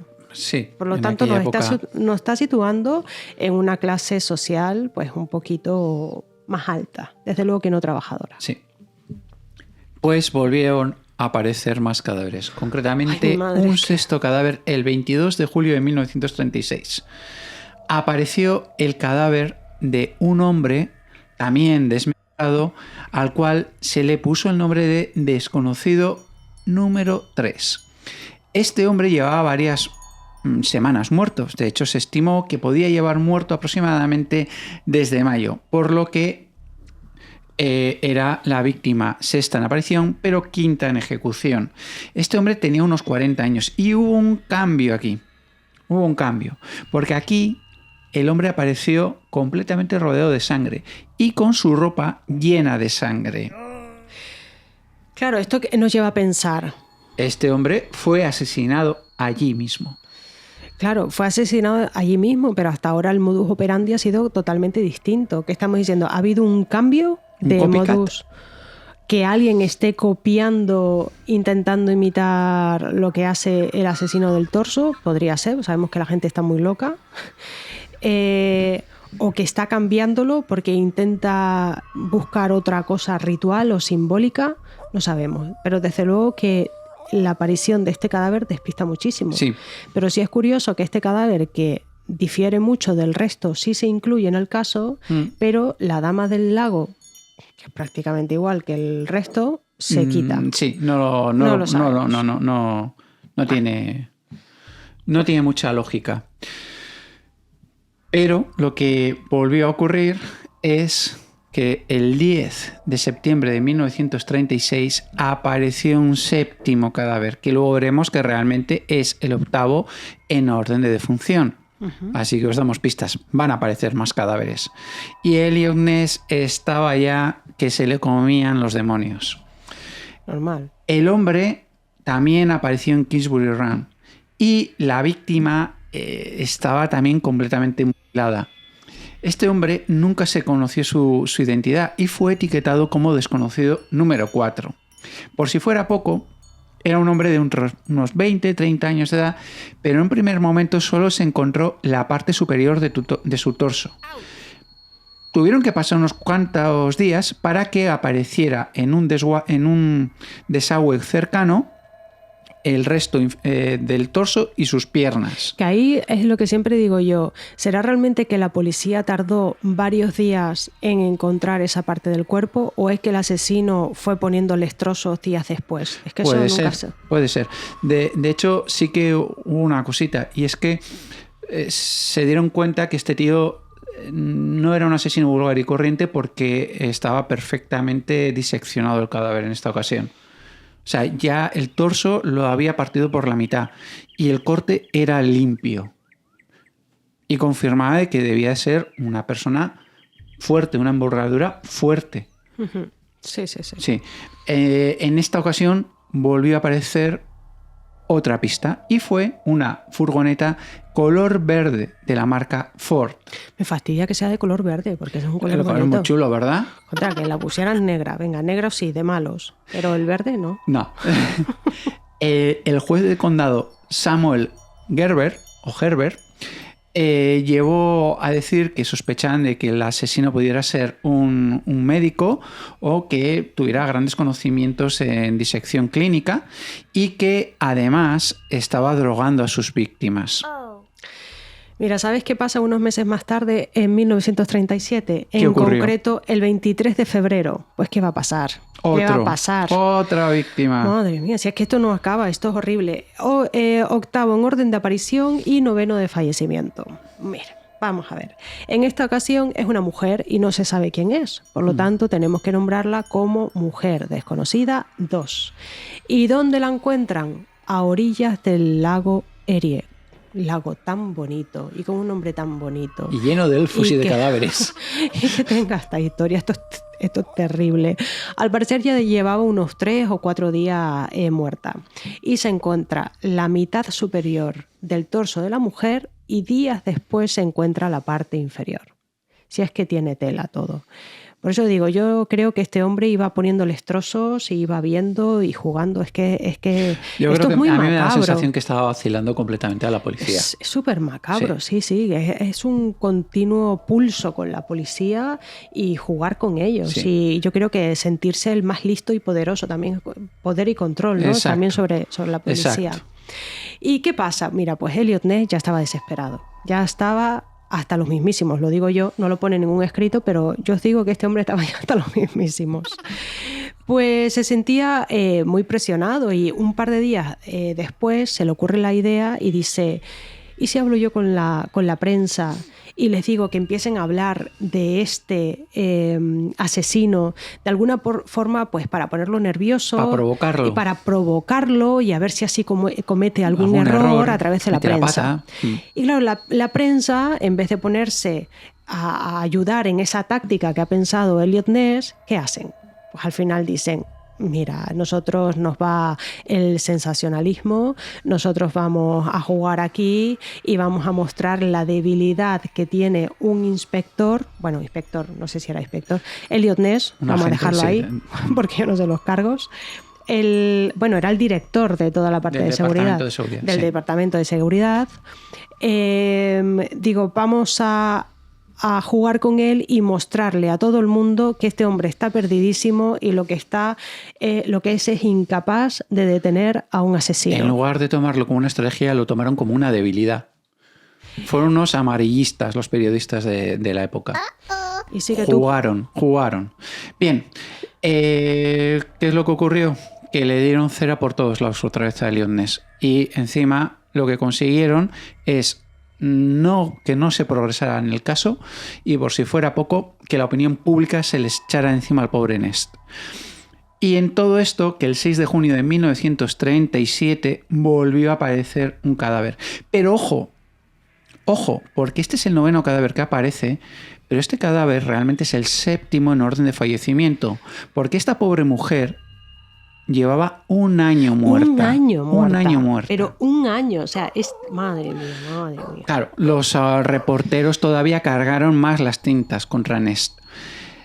Este cadáver apareció bajo el puente Lorraine Carnegie y se trataba de una mujer que fue identificada como Rose Wallace. Rose era una mujer de 40 años de raza negra. Hasta ahora todos los asesinatos, tanto hombres como mujeres, eran de raza blanca, pero también sí tenía algo en común con los asesinados anteriores. Y es que Rose también era de clase muy baja y muy vulnerable.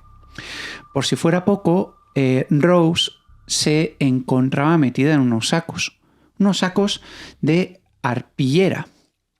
Igual que Florence, la mujer que había sido encontrada antes.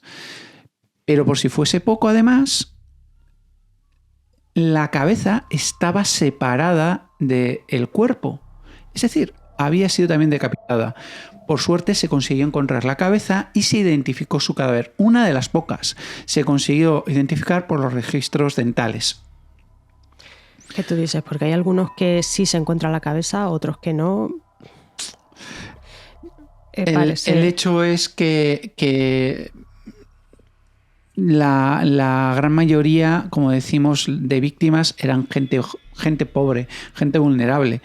Y gente en estado bastante delicado, ¿vale? Pues sigo con el siguiente caso. Sigue. Vamos a ver, que esto no acaba todavía aquí. No acaba, no.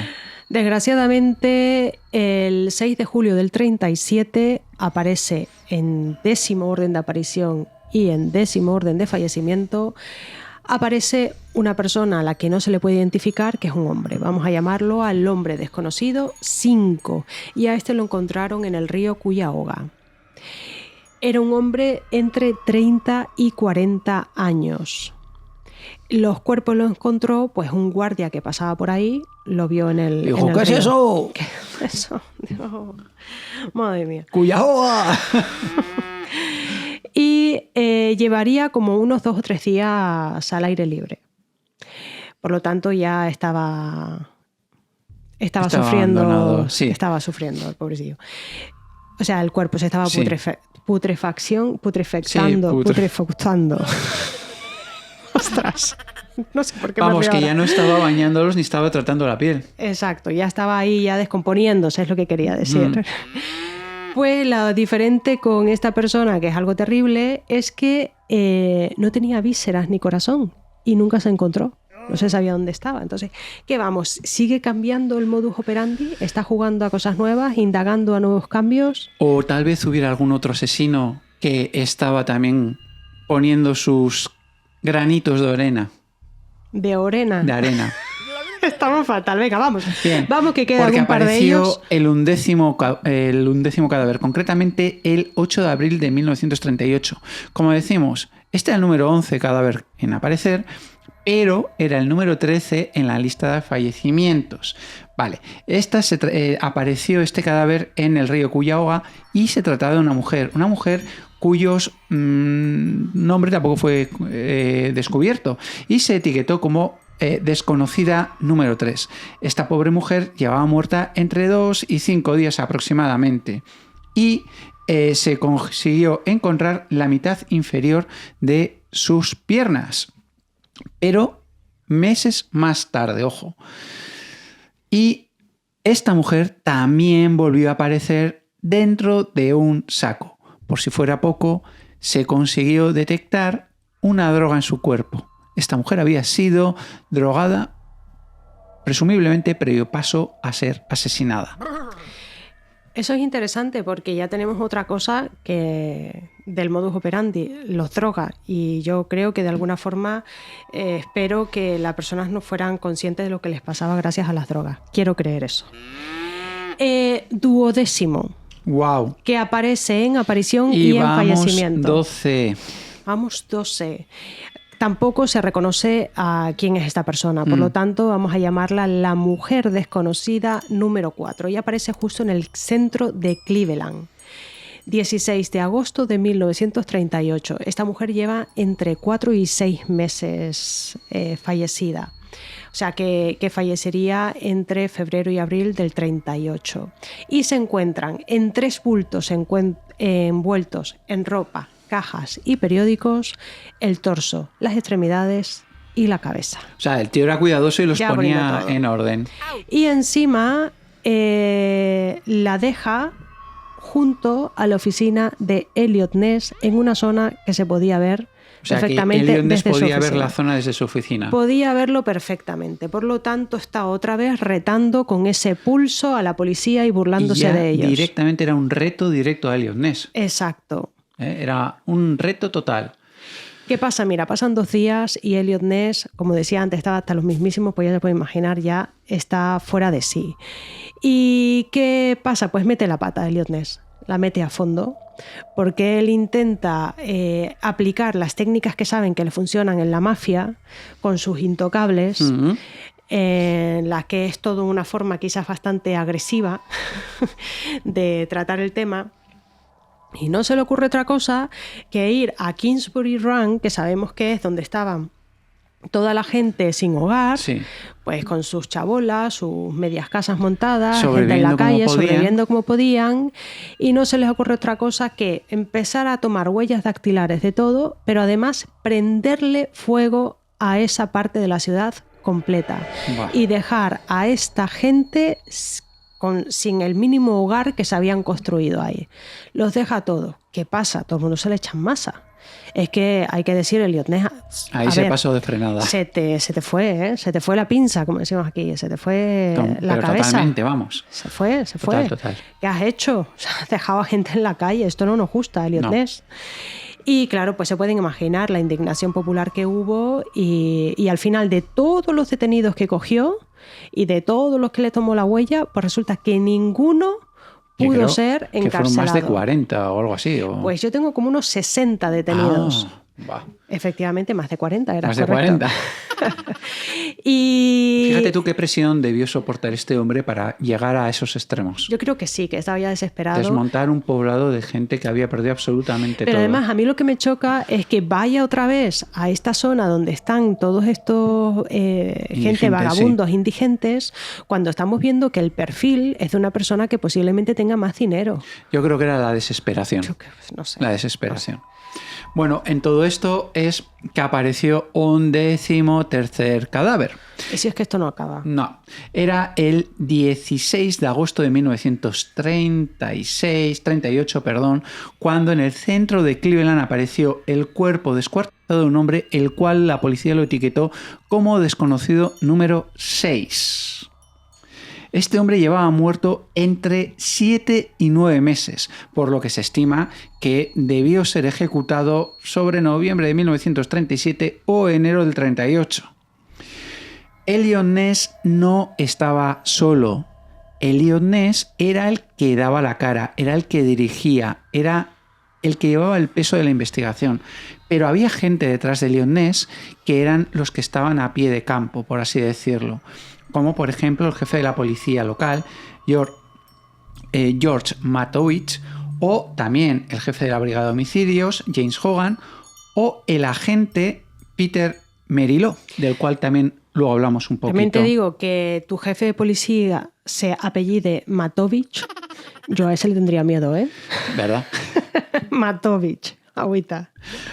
Bueno, el hecho es que la policía en 1939 detuvo a un pobre sospechoso, y luego vamos a decir por qué, cuyo nombre era Frank Dolezal. Dolezal era un albañil y coincidía que era amante de Florence Polillo. Florence Polillo, acordaros que era la cuarta asesina, aquella prostituta que apareció en mitad de la nieve. Uh-huh. Por si fuera lo tanto, poco, ya hay una conexión. Había una conexión, pero por si fuera poco, según avanzó la investigación, se descubrió que también conocía a las víctimas Edward Andrassy, el delincuente juvenil que fue ejecutado en tercer lugar, y a Rose Wallace, la mujer afroamericana de raza negra que fue descubierta debajo del puente Lorraine Carnegie y que llevaba allí un año muerta. Así que digamos que es la primera pista que hay en la que se conectan a tres personas que se pensaban que no se conocían de nada unas de otras. Entonces, de repente se encuentra ahí algo que enlaza. Bien, al principio el pobre Frank, el albañil, negó absolutamente todo, negó la mayor. Pero fue sometido a un interrogatorio a conciencia. Y cuando digo a conciencia quiere decir que confesó hasta lo que no estaba escrito. Vamos, que tú te llamas Pepe y estás registrado como Pepe y terminas diciendo que te llamas María. Se llevó encima una gran paliza, pero una paliza de estas de las que cobran en época. Así que fue considerado como el responsable de los asesinatos y fue enjuiciado. El problema es que días antes del juicio apareció muerto, ahorcado en su celda, y en la autopsia se descubrió que tenía varias costillas rotas misteriosamente, por lo que se le exoneró post-mortem como principal sospechoso. Había un agente llamada Virginia Allen, uno de estos agentes desconocidos que se metió entre los vagabundos en Kingsbury Run, que a otro de los agentes llamado David Coles, y Coles era el jefe del laboratorio de la policía, le hizo ver que había un sospechoso, que había otra persona que a ella le llamaba especialmente la atención. Este tipo se llamaba Francis Sweeney. Y esto hizo que Coles fijara su agudo ojo en él. A ver, porque viene Hubo un una puzzle, cosita interesante. Viene un puzzle interesante. Resulta que Frank Dolezal, el albañil, otro Frank, fue arrestado por, atención, el sheriff de Cuyahoga, del condado de Cuyahoga, Martin O'Donnell. Y este señor daba la coincidencia que estaba casado con la hija de Martin Sweeney. ¿Y quién es este Martin Sweeney? Pues Martin Sweeney es el primo de Francis Sweeney, el presunto nuevo sospechoso de asesinato. El médico. Y Francis Sweeney resulta que era un influyente congresista y, por si fuera poco, era demócrata. Es decir, era del partido contrario del alcalde Harold Barton y de Eliot Ness, que estos eran republicanos. ¿Y qué es lo que quería este sheriff? Pues básicamente dejar como un inepto a Eliot Ness y al alcalde. ¿Cómo se te queda el cuerpo? Sí, ha sido un puzzle importante. Por cierto, dice que tiene hambre. Básicamente, un agente, resumiéndolo todo mucho, una agente le dice a su jefe que hay otro sospechoso que le encaja perfectamente con el modus operandi y con quién podría ser. Que eres un tío que es médico, que es alcohólico, que es muy violento, que no da buen rollo. Se lo dice a su jefe, que se llama David Coles, que es el jefe del laboratorio de la policía. Este a su vez se lo informa a Eliot Ness. Pero este tipo, este nuevo sospechoso, es el primo, el familiar, de el jefe o el sheriff de la policía de Cuyahoga. Y el jefe de policía de Cuyahoga, para que a su familiar no le pringaran, ¿qué es lo que hace? Busca a alguien a quien colgarle el muerto, al albañil Frank Dolezal. Aquí empieza a meterse por medio política y estatus sociales diversos. Más altos y diversos. Desde luego que cuadra más que no que buscaran a un sospechoso en la zona de Kingsbury Run, donde estaban todos los vagabundos. Sí, efectivamente. Así que hay un pequeño detalle también que le hizo ver David Coles a Eliot Ness, y es que la mujer de Sweeney lo abandonó justamente el mes en el que apareció La mujer del lago, en septiembre de 1934. Eso es muy sospechoso. Además, esa mujer la quieren quitar del caso, decir que no tiene nada que ver. Pero miran, el modus operandi es exactamente el mismo que el resto de los fallecidos y encima, oye, que justo cuando aparece eso, la mujer del sospechoso principal que hay, que es médico, que cuadra perfectamente con todo, la mujer lo abandone. El hecho es que además David Coles le dijo que este tipo, Sweeney, era un hombre alto, muy, muy fuerte y muy, muy corpulento. Era alcohólico y era el motivo por el que su mujer y sus hijos lo abandonaron. Además, era un tipo que había perdido su puesto de cirujano en el hospital de San Alexis, que era el hospital de referencia de la zona, por culpa del alcohol.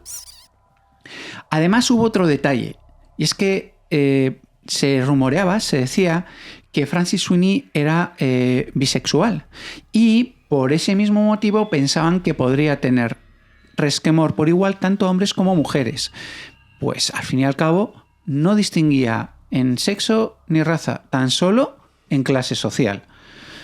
El carácter del doctor Sweeney era extremadamente violento y agresivo. Sometía a su mujer a auténticas palizas y se cree que el alcoholismo pudo desencadenar su tendencia psicótica.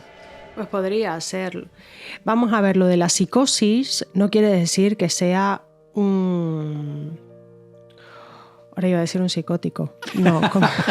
Sí, un asesino. Un psicópata. Sí. Psicosis no quiere decir que sea un déjame que te interrumpa un momento, Sí. porque cuando estamos hablando de psicópatas siempre nos creemos todos que nos referimos a asesinos. Pero es que en nuestra sociedad hay otro tipo de psicópata que da mucho, mucho más miedo.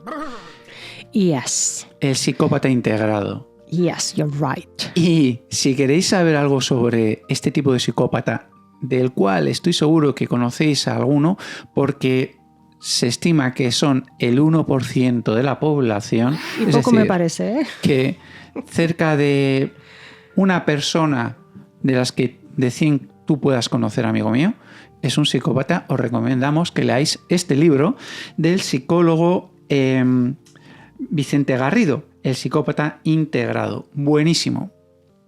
Sí, la verdad es que está súper interesante porque siempre asociamos psicópata a asesinos en serie, a lo que ponen en las películas. Siempre tiene que estar como muy desfasado, asesinando y tal.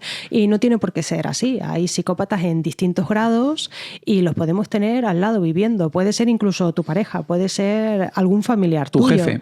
Tu jefe. Yo tenía un jefe psicópata. Sí, yo. Por lo tanto, nos los podemos encontrar y vemos que la definición de psicópata está más al día a día que nos encontramos, ¿eh? O sea, que no es simplemente asesinos. Un psicópata no tiene por qué matar. Vale, pues voy a explicar un momentito lo de la psicosis, ¿no? Porque decimos en un momento dado que este hombre puede estar pasando por una psicosis, el médico. La psicosis hay que decir que no es una enfermedad en sí misma, sino es más bien un síntoma y sí que puede estar relacionado pues, con la esquizofrenia o con un trastorno bipolar o por el consumo de drogas, alcohol al que está sometido este hombre, que vemos que es un alcohólico, o incluso en situaciones de mucho estrés. Cuidado con esas ansiedades, con el estrés que nos come. No mola. Es la enfermedad de este siglo y del pasado, yo creo que un poco de todos. Y del futuro. Y del futuro, que nos va comiendo poco a poco y nos lleva a estos extremos. Pues fíjense, lo que pasa con la psicosis es que puedes tener de repente alucinaciones. ¿Qué son alucinaciones? Pues puedes escuchar de repente voces. Puedes escuchar, ver, escuchar o sentir cosas que no estén ahí. También nos puede llevar una serie de delirios. ¿Qué quiere decir esto? Pues, por ejemplo, pensar que hay gente que te está persiguiendo sin que eso esté pasando. Entonces, son cosas que no son ciertas y que no tienen sentido que estén pasando en esa realidad. También nos puede llevar a un pensamiento confuso, que esto yo lo tengo continuamente. Tengo que decir, esta psicosis la sufro yo. Estás en confusión. Siempre.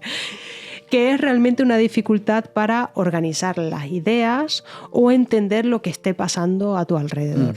Entonces, todas estas cosas definen una psicosis, es una condición mental que afecta a cómo una persona esté percibiendo esa realidad.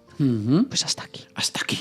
Bien, pues Coles consiguió un parte médico del doctor Francis Sweeney. Este parte médico, cuando estaba perfilándolo, resulta que era un parte de alta médica de la Primera Guerra Mundial. Y es que al parecer Sweeney había sufrido en la guerra, vamos a decir, heridas psicológicas y físicas que tal vez le hubieran podido empujar al alcoholismo o que desataran su brote psicótico. Pues efectivamente. Coles también había recorrido la infancia de Francis Sweeney y descubrió que la infancia de Sweeney pues solía ir bastante por Kingsbury Run, lo reconocía muy bien, solía meterse mucho por allí y encima, por si fuera poco, en su profesión estaba muy ligado a Kingsbury Run porque tenía varias clínicas en la zona. Joder, el dinerico. Coles decidió hacer un plan de seguimiento para Sweeney, así que se le encomendó las labores de seguimiento a un agente muy joven llamado Thomas Wallen. Y Francis Sweeney, que era un hombre brillante, descubrió inmediatamente al pobre policía. Con todo, en principio se había descartado la posibilidad de que Sweeney fuera el asesino del torso. ¿Y sabes por qué? No tengo ni idea. Hombre, porque al fin y al cabo era el primo de Martin Sweeney. Ay. Un congrejista, un tío muy importante. Tiene toda la pinta de que le están salvando el culete. Pero Ahora, Coles averiguó una cosita más. el- Y es que resulta que también se decía que no podía ser Sweeney el asesino porque en los momentos donde aparecían o presuntamente habían asesinado a las víctimas, él estaba ingresado en un psiquiátrico, lo pues. cual parecía que lo exoneraba. Claro, pues entonces no puede ser el asesino si estaba... Pero el ingreso era voluntario, por lo que podría estar buscando una coartada. O sea, y por si fuera poco, el psiquiátrico era de mínima seguridad y Sweeney podía entrar y salir cuando él quisiera. Chan, chan, chan, chan. ¡Tan, tan, tan, tan! Se está fastidiando todo un poco, ¿eh? Así que Ness decidió interrogar a Sweeney. Y cuéntanos, ¿qué es lo que ocurrió? Ay, Dios. Hay que ver, ¿eh? O sea, yo cuando pasan estas cosas, perdón, antes es el interrogatorio, porque si tienes un familiar que, con perdón, lo que voy a decir es muy grosero, pero que la esté cagando tanto, ¿por qué si tienes un familiar así, no lo denuncias? O no le pones o sea, no le frenas, sino simplemente lo encubres, que eso no lo entiendo. Por aunque sea lealtad familiar. malentendida. Exacto, lealtad malentendida me parece una buena definición. Vale, me has convencido, ¿eh? Ahora lo entiendo. De hecho, es que no tiene lógica, aunque sea tu familiar, pero si esa persona fíjate, está enferma y está haciendo eso, pues no, yo no Fíjate lo entiendo. que es que el tipo este, Francis Sweeney, llegó a pasar dos pruebas de polígrafo y en las dos le pidieron que estaban mintiendo. Además, Mm. bueno, vamos a ver, ¿qué pasa con el detective Elliot Ness? Pues mira, resulta que Elliot Ness se metió en la habitación con este hombre.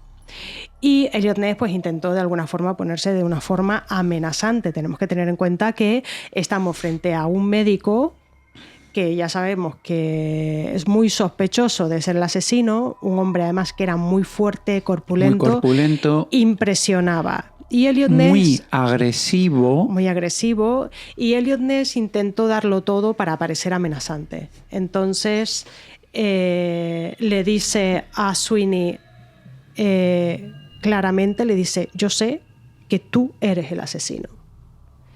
Pero ¿qué le pasa al Sweeney? Que se puso chulo. El Sweeney se levanta, se le acerca a la cara y sin dejar de mirarle, le dice, ¿de verdad cree que soy el asesino? Entonces pruébelo.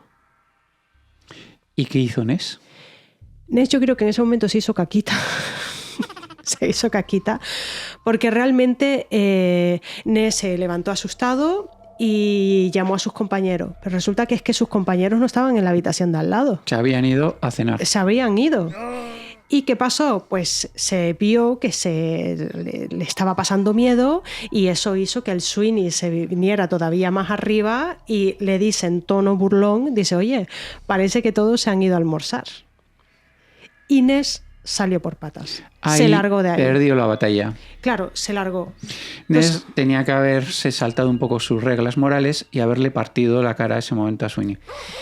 Claro, pero a ver quién lo hacía, porque este hombre además que había estado descuartizando ya tenía práctica a saber. ¿Y qué pasó? Que es lo que hizo Sweeney, pues al final él se autorrecluyó en un psiquiátrico. O sea, esto ya es muy, muy sospechoso que él se vaya a quedar dentro del psiquiátrico. Sí. Porque claro, si dicen que esta persona pues está loca, pues no puede ser juzgado mientras se mantenga ahí. Ahí va. ¿Y a qué se dedicó Sweeney el resto de sus días en el psiquiátrico? ¿A qué? A martirizar a Elliot Ness. Wow. Hay que decir que Elliot Ness fallece antes que Sweeney, porque Elliot Ness muere en 1957. Ahora tú comentarás cómo ha sido la evolución desde aquí hasta su muerte. Pero Sweeney moriría en el 64. ¿Pero qué hizo? Estuvo mandándole postales a Elliot Ness, burlándose y riéndose de no haber encontrado al asesino. Es decir, era un sádico. Era un sádico, estaba torturando y disfrutaba de esa tortura ya con Ness. Entonces, después de ver cómo actúa así con las postales y ver que también los cadáveres los dejaba cerca para que él los viera y los detectives lo vieran, aquí hay demasiadas conexiones. Pero es que hasta hay un caso que lo llamaron el caso de la Dalia Negra. Sí, que lo tenemos ya. Pues que lo pueden ver, el caso todavía no está editado. No, que lo van a ver, digo. Sí. Que lo van a ver, que es el caso de Elizabeth Short. Y hay mucha gente, muchas similitudes, y dicen que también este asesino del torso podría tener que ver con ese caso. Sí.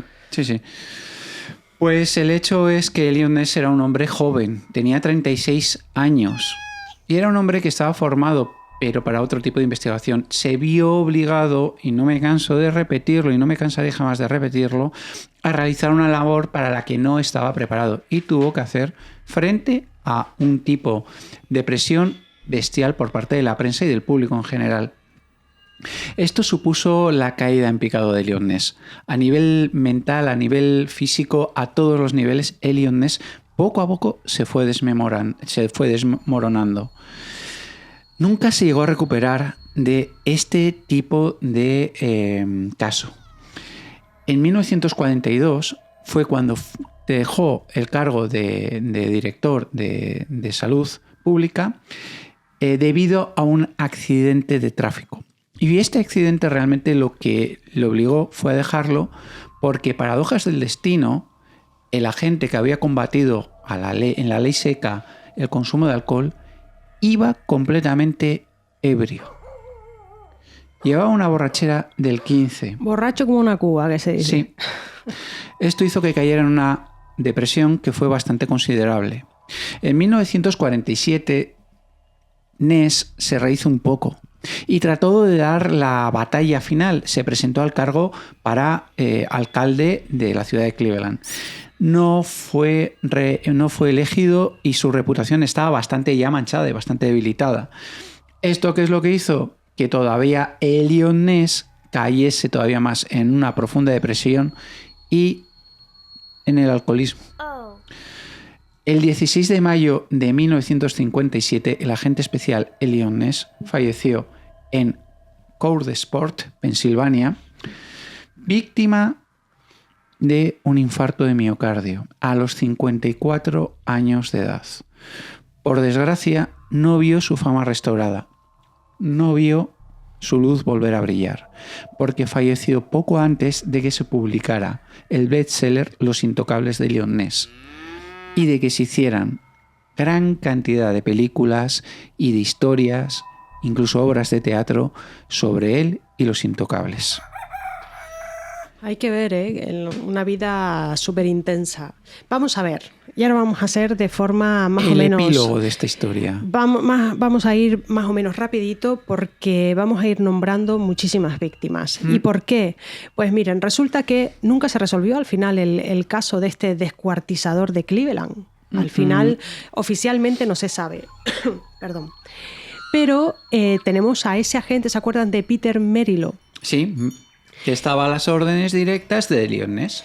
Pues resulta que él cree que el asesino del torso pudo asesinar brutalmente a 40 personas.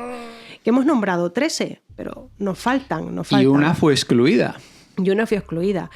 Desde 1920 hasta 1940. Esto es una auténtica barbaridad. Ya lo era con 13, pues esto es una barbaridad. Vale, miren, Pensilvania, Newcastle. El 1 de julio de 1936, un hombre aparece decapitado dentro de un furgón. El 3 de mayo de 1940, 3 cuerpos decapitados encontrados en una furgoneta junto a McKees Rocks. Todos tenían las mismas heridas similares a los casos de los que hemos hablado. Ajá. Es por eso por lo que este agente decía que tenían que ser del mismo asesino. Y hubo más. Después, entre 1921 y 1934 y después entre 1939 y 1942 aparecen cuerpos desmembrados en los pantanos de Pensilvania. Y todos estos están conectados a través de una ruta de tren de Baltimore, Ohio. Fijaros una cosita, cuando os contamos el caso del asesino del hacha, el asesino de la Casa del Hacha. En esa historia también nos contamos cómo había asesinos o asesinatos en una línea de tren, por lo que se sospechaba que el asesino podía haber estado moviéndose en esa misma línea de tren. En aquella época era muy común eso. Claro, es como ahora, puedes coger el coche, irte a cualquier lado o... En aquel momento se movían, como no todo el mundo tenía coche, en tren. Sí, que mal rollito. Después vamos a 22 de julio de 1950. Aparece el cuerpo de Robert Robertson. Nombre guay, ¿eh? Me gusta mucho, Robert Robertson. De 41 años. Lo encontraron en el número 2138 de la avenida de Davenport en Cleveland. Y habría muerto hacía unas 6 u 8 semanas. Y también aparecía decapitado. Este hombre, pues al parecer había tenido problemas con la bebida, había vivido alejado de la sociedad, y a pesar de que la prensa intentaba unirlo a todos los casos del asesino del torso, la policía también trató como un crimen aislado. Es muy curioso, ¿verdad? No sabemos por qué. No. Al final solamente se han puesto, que no es poco, reconocidos como asesinatos del asesino del torso a 13 fallecidos. 13 personas desmembradas. ¿Qué te parece si vamos cerrando? Vamos a respirar todos. Porque tela el caso de hoy, ¿eh? Tela bendita, lo vamos a dejar aquí. Gracias por acompañarnos en todo este tiempo. Recuerden pasarse por nuestras redes sociales porque estamos poniendo mogollón de información que no ponemos aquí en YouTube. Hablamos sobre películas, sobre series, sobre arte, sí, sobre muchas cosas, y continuamente todas las semanas estamos actualizando cosas. Misterio fanáticos, cuéntanos qué temas te gustaría oír o que desarrolláramos. Recuerda darle déjame al like. decirle, vamos a suscribirte, que se den al like, a la campanita de notificaciones, que compartan con sus amigos y con familiares, porque es muy importante para nosotros y nos ayuda muchísimo. Y no os cuesta nada, por favor. Suscribíos. Y recuerda, nos vemos en tus pesadillas o en el próximo episodio. Lo que ocurra primero. ¡Adiós! ¡Adiós!